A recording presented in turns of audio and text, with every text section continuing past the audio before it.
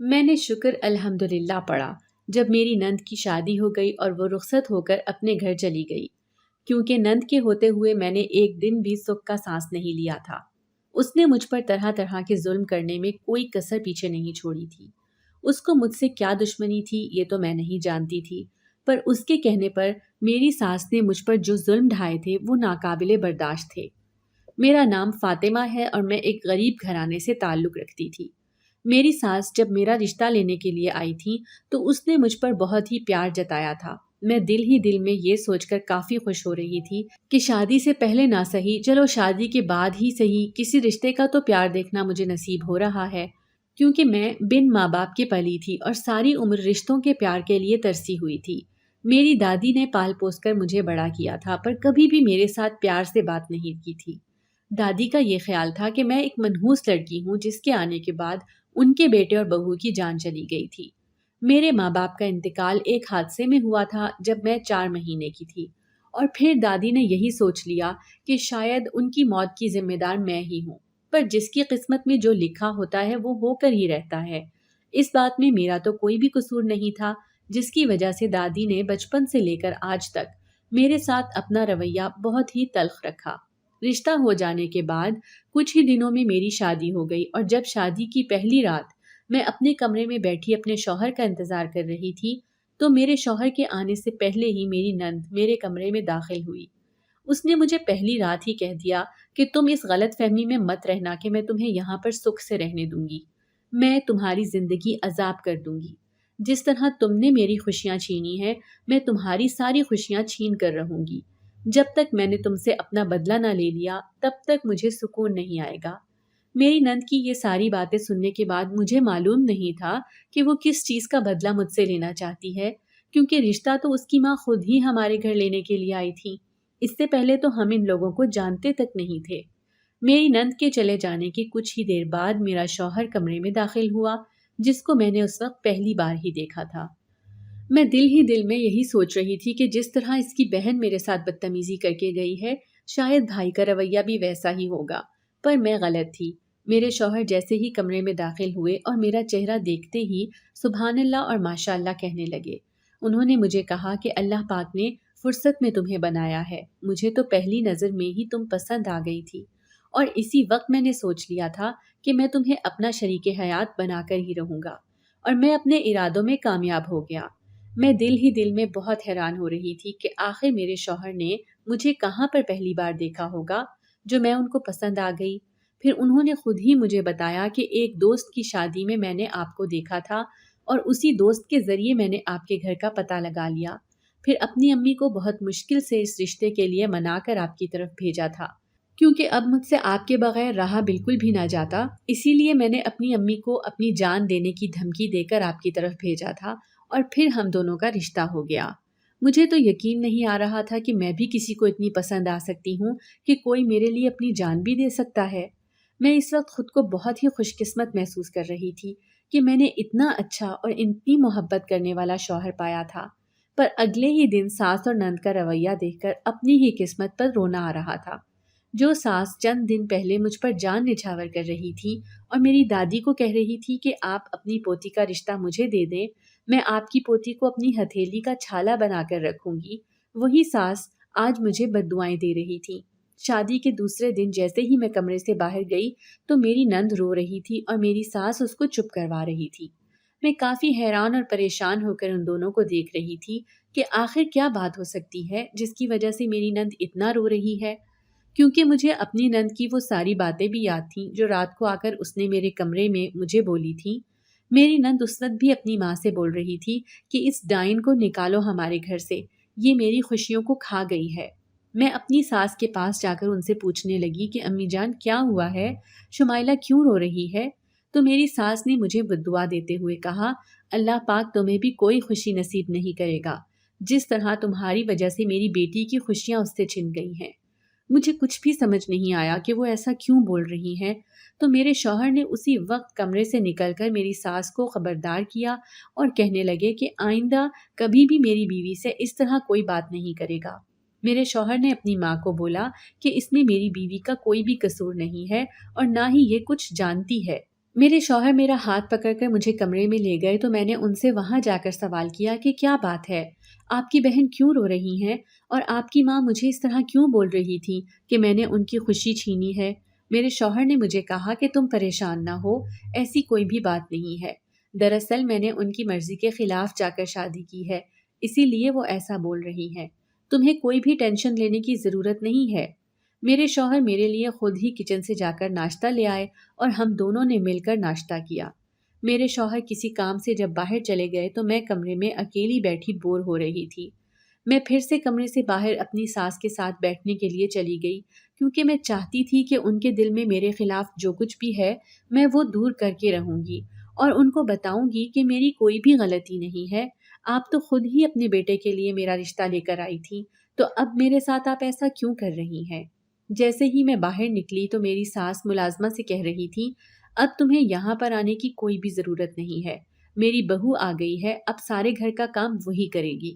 مجھے تھوڑی حیرت تو ہوئی کہ میری ساس اس طرح سارے گھر کی ذمہ داری مجھ پر کیسے ڈال سکتی ہیں، جبکہ ابھی کل ہی تو میری شادی ہوئی ہے، پر پھر میں یہ سوچ کر چپ ہو گئی کہ کچھ دنوں کے بعد جو کام کرنے ہیں وہ آج سے ہی صحیح۔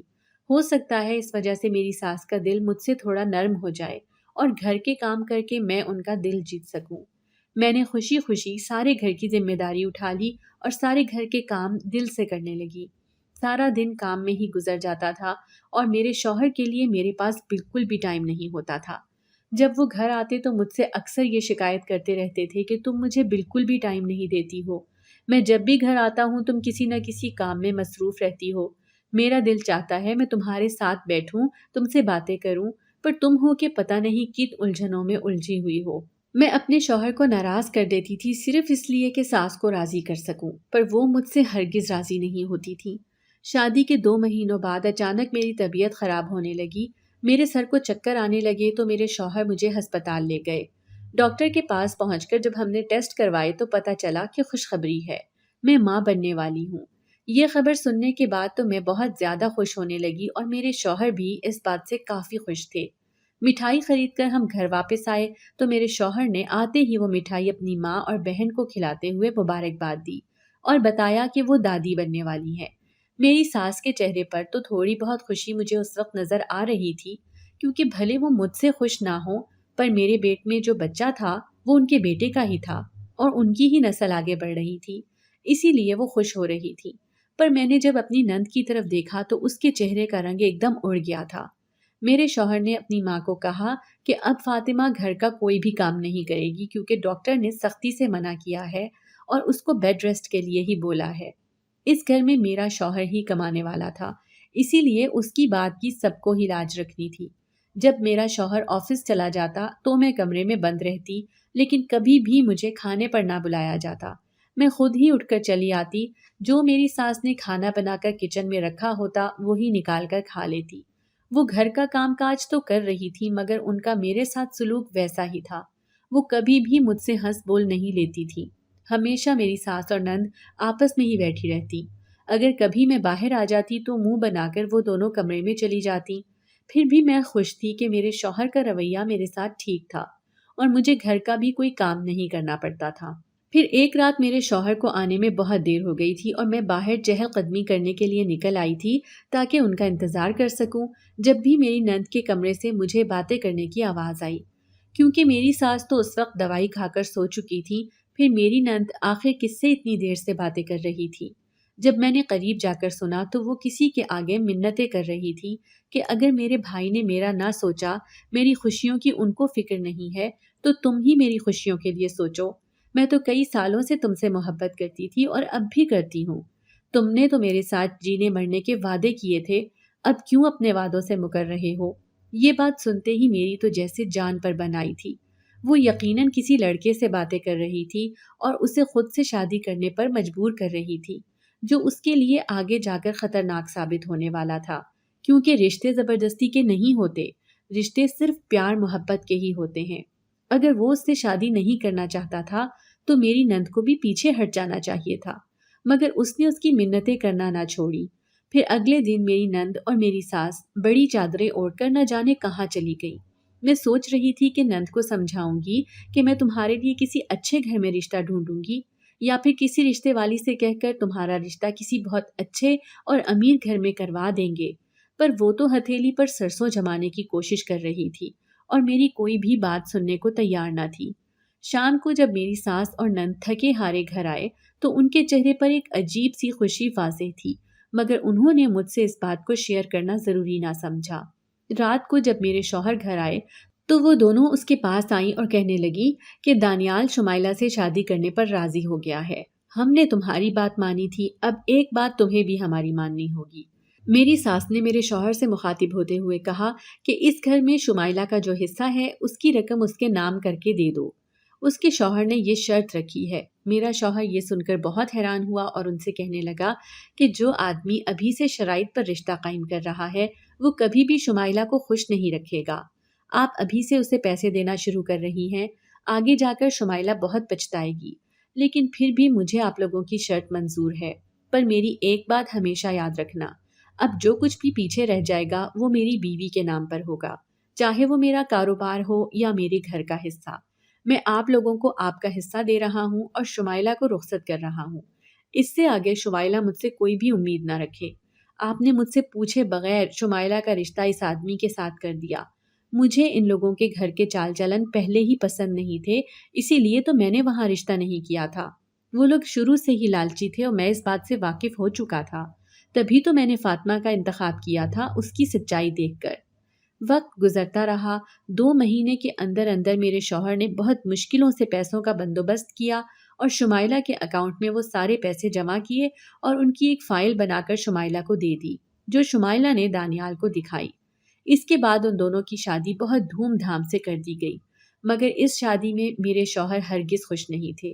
میری ساس نے اپنا سارا زیور بھی شمائلہ کو جہیز میں دے دیا تھا۔ شمائلہ اچھی خاصی پراپرٹی لے کر یہاں سے رخصت ہوئی تھی، جبکہ اس کے بھائی کا کہنا تھا کہ اب آگے شمائلہ ہم سے کوئی بھی امید نہ رکھے، اپنے اچھے ابرے کی ذمہ دار وہ خود ہے۔ جب اسے آج ہماری اچھائی سمجھ نہیں آ رہی تو کل کو جب اسے ہماری ضرورت ہوگی تو اس گھر کے دروازے بھی اس کے لیے بند ہی رہیں گے۔ یوں شمائلہ رخصت ہو کر ہم سے قطع تعلقی کر کے اس گھر کو چھوڑ کر چلی گئی۔ ان لوگوں نے اپنی بیٹی نہ لینے کی ضد میں شمائلہ سے اچھی خاصی رقم وصول کر لی تھی۔ اب جب بھی میری ساس شمائلہ سے فون پر بات کرتی تو وہ زار و قطار روتی رہتی۔ اس کا مطلب تھا کہ شمائلہ کچھ ہی وقت میں وہاں پر بہت کچھ جھیل چکی تھی۔ اس کا شوہر اس کی دی ہوئی ساری دولت دن رات کر کے دونوں ہاتھوں سے اڑا رہا تھا۔ اب آئے دن میرا شوہر اس کی باتیں آ کر میری ساس کو بتاتا کہ آپ کا داماد نشہ کرنے پر اتر آیا ہے، سنا ہے وہ شمائلہ میں اب کوئی دلچسپی نہیں رکھتا، بلکہ اس نے اب نئی نئی لڑکیوں سے دوستیاں پالنا شروع کر دی ہیں، جس کا شمائلہ پر بہت برا اثر پڑ رہا تھا۔ شمائلہ اب دن رات روتی رہتی کیونکہ اس کا شوہر بہت دیر سے گھر آتا اور نشے میں ہوتا۔ میری ساس نے اس بات کو بہت زیادہ دل پر لے لیا تھا، کیونکہ اس نے اپنی بیٹی کا ساتھ دیکھ کر غلطی کر لی تھی۔ اب وہ اپنے بیٹے سے کچھ بھی نہیں کہہ سکتی تھی۔ پھر ایک دن اچانک میری ساس کی ایک زوردار چیخ سنائی دی۔ جب میں باہر آئی تو میری ساس فرش پر گری پڑی تھی، ان کے سر پر کافی گہری چوٹ آئی تھی۔ میں نے جلدی سے اپنے شوہر کو کال کی اور انہیں گھر بلایا۔ ہم اماں جی کو ہسپتال لے کر گئے تو ڈاکٹر نے بتایا کہ ان کا بی پی بہت زیادہ ہائی ہو چکا ہے۔ انہوں نے بہت زیادہ ٹینشن لے لی تھی، جس کی وجہ سے بلڈ پریشر بڑھ گیا اور یہ چکرا کر زمین پر گری۔ ڈاکٹر نے کچھ دوائیاں دیں اور پھر انہیں ڈسچارج کر کے واپس گھر بھیج دیا۔ میری ساس اب بالکل بستر سے لگ کر رہ گئی تھی۔ میں انہیں وقت پر دوائیاں دیتی اور ان کی خوراک کا بھی کافی خیال کرتی۔ میرے شوہر نے مجھے ایک ملازمہ رکھ کر دی تھی جو گھر کی صاف صفائی کرنے کے ساتھ ساتھ کھانا وغیرہ بھی بنا دیا کرتی تھی، اور میں بھی اس کا ہاتھ بٹا دیا کرتی تھی، کیونکہ اب میرے بھی مہینے پورے ہونے والے تھے۔ کچھ وقت کے بعد میرا بچہ پیدا ہو گیا، جس کے آنے کی ہمیں بہت زیادہ خوشی ہوئی تھی۔ میں بستر پر پڑی ہوئی اپنی ساس کو ہمیشہ اپنا بچہ دکھانے کے لیے لے جاتی۔ میں یہی سوچتی تھی کہ وہ اس کے بیٹے کی اولاد ہے، اسے دیکھ کر شاید انہیں تھوڑی خوشی ملے اور وہ بستر سے اٹھ جائیں، پر اب ایسا ممکن نہیں تھا کیونکہ وہ کافی لاچار ہو گئی تھی۔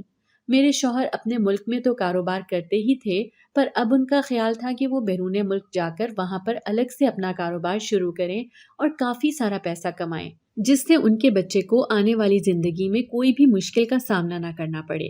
اسی لیے وہ بیرون ملک چلے گئے اور وہاں جا کر وہ مجھے ڈھیروں پیسے بھیجا کرتے۔ اب میرے گھر پر میرا راج چل رہا تھا۔ میں اپنے گھر میں اپنے بیٹے کے ساتھ بہت خوش تھی۔ میری ساس نے میرے ساتھ اچھا رویہ تو نہیں رکھا تھا، پر پھر بھی اس کے باوجود میں اپنی ساس کا بہت اچھے طریقے سے خیال رکھتی تھی، کیونکہ وہ میرے شوہر کی ماں تھی۔ ایک دن شمائلہ ہمارے گھر آئی کیونکہ اس دن میری ساس کی طبیعت بہت زیادہ خراب تھی۔ انہوں نے خود بولا تھا کہ میں شمائلہ کو بلا دوں۔ جیسے ہی شمائلہ گھر آئی تو اس کے چہرے کی رنگت پتہ نہیں کیوں اڑی ہوئی تھی۔ ایسا لگ رہا تھا کہ وہ گھر میں کسی کے ساتھ جھگڑا کر کے آئی ہے۔ اس کا اترا ہوا چہرہ دیکھ کر میں دل ہی دل میں خوش ہو رہی تھی کہ کس طرح شمائلہ اپنی ماں کے کان میرے خلاف بھرتی رہتی تھی، اور آج خود کا یہ حال ہے کہ جیسی کرنی ویسی بھرنی۔ سنا تو کافی مرتبہ تھا، پر آج دیکھ بھی لیا تھا۔ اب میری ساس کی طبیعت ہر روز ہی بگڑ جاتی تھی اور اس کو سنبھالنا مجھے بہت مشکل لگتا، کیونکہ چھوٹا بچہ بھی سنبھالنا پڑ جاتا تھا اور ایک بستر پر پڑی ہوئی ساس کی خدمت کرنا بہت مشکل تھا۔ میں نے شمائلہ کی بہت اچھے طریقے سے مہمان نوازی کی تو شمائلہ رونے لگی اور مجھے کہنے لگی، بھابھی میں نے تمہارے ساتھ بہت برا کیا ہے۔ میرا رویہ تو تمہارے ساتھ شروع سے ہی بہت خراب تھا، پر آج تم نے اتنے اچھے طریقے سے مہمان نوازی کر کے میرا دل جیت لیا ہے۔ میں نے شمائلہ سے کہا، تمہارا ہی گھر ہے، جب تمہارا دل کرے آتی رہنا، میرے دل میں تمہارے لیے کوئی بھی گلہ نہیں ہے۔ میں نے شمائلہ کو کھانا کھلایا تو اس نے پیٹ بھر کے کھانا کھایا اور اس نے کہا کہ بھابھی آج تو کافی دنوں کے بعد پیٹ بھر کے کھانا کھایا ہے، ورنہ سسرال میں تو مجھے کھانا بھی نہیں ملتا۔ ہمارے حالات کافی بگڑ چکے ہیں۔ میرے شوہر نے اپنا سارا پیسہ نشے میں لٹا دیا، اب تو ہمارے پاس کھانے تک کو کچھ نہیں ہوتا۔ مجھے اپنی نند کا بہت احساس ہو رہا تھا کہ کس طرح وہ اپنے گھر میں اپنی حکومت چلاتی تھی، جبکہ میں اس گھر کی بہو تھی، پر پھر بھی وہ مجھ پر اپنا حکم چلاتی تھی، اور آج کیسے وہ ایک وقت کے کھانے کے لیے بھی ترس رہی ہے۔ اب تو آئے دن ہی شمائلہ ہمارے گھر آ جاتی اور اپنی ماں کے بہانے یہیں آ کر کھانا کھاتی۔ میں بھی یہی سوچ کر اسے کھانا کھلا دیتی کہ شاید اس کا نصیب یہیں پر اللہ پاک نے بھیجا ہے، اور میرے پاس بھی کوئی پیسوں کی کمی تو نہیں تھی۔ شمائلہ کا بھائی مجھے لاکھوں روپے بھیج دیتا تھا اور میں خوب خرچ کرتی تھی۔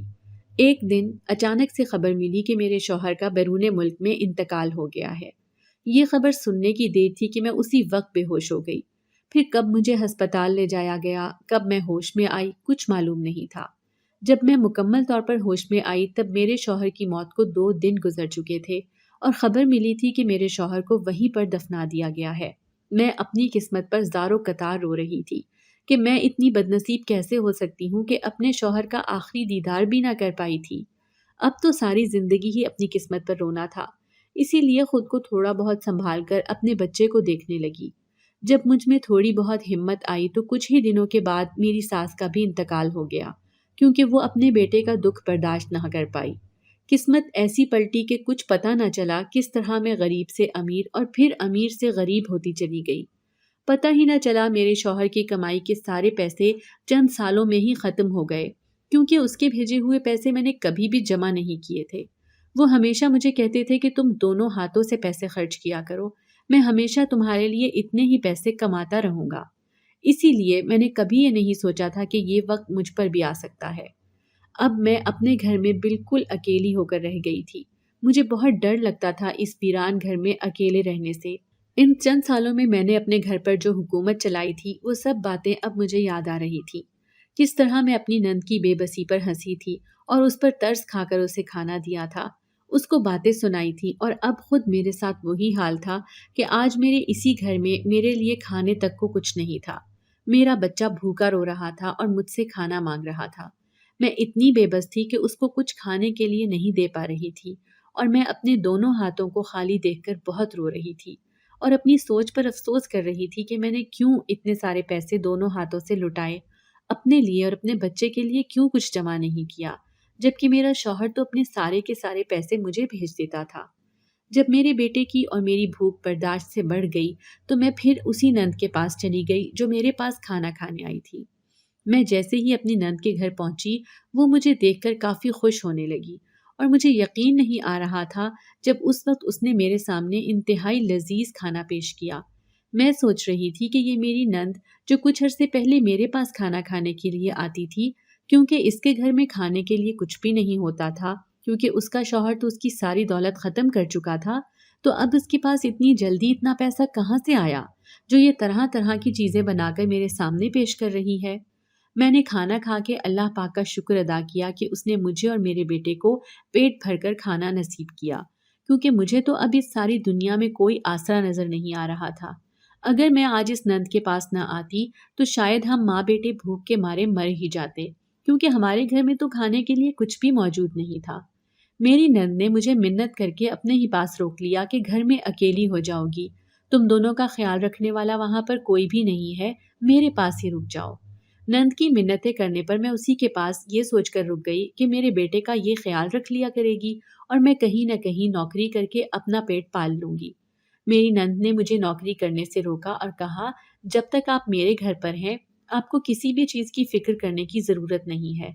میری نند میرے لیے روز ہی گوشت پکاتی تو مجھے شرمندگی محسوس ہوتی کہ وہ خود غریب ہے اور میں اس پر آ کر بوجھ بن کر بیٹھ گئی ہوں۔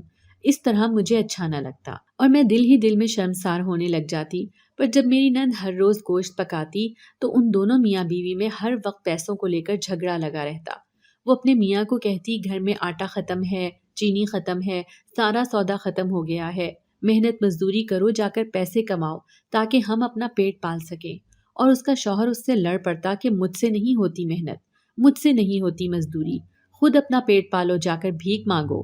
اس کے باوجود بھی میری نند میرے لیے ہر روز ہی گوشت پکاتی۔ پھر مجھے فکر ہونے لگی کہ آخر یہ گوشت آتا کہاں سے ہے جو میرے لیے پکتا ہے، کیونکہ ان کے اپنے گھر میں تو کھانے کے لیے پیسے تک نہیں ہے۔ ایک دن جب کھانا پکانے کا وقت آیا تو میں نے اپنی نند کو گھر سے باہر جاتے ہوئے دیکھا۔ میں نے اس کا پیچھا کیا کہ دیکھ سکوں کہ وہ آخر یہ گوشت کہاں سے لے کر آتی ہے جو میرے لیے پکاتی ہے۔ جیسے ہی میں نے اس کو دیکھا تو میرے سر پر آسمان ٹوٹ پڑا، کیونکہ میری نند میرے لیے گوشت پکانے کی خاطر بھیک مانگ رہی تھی۔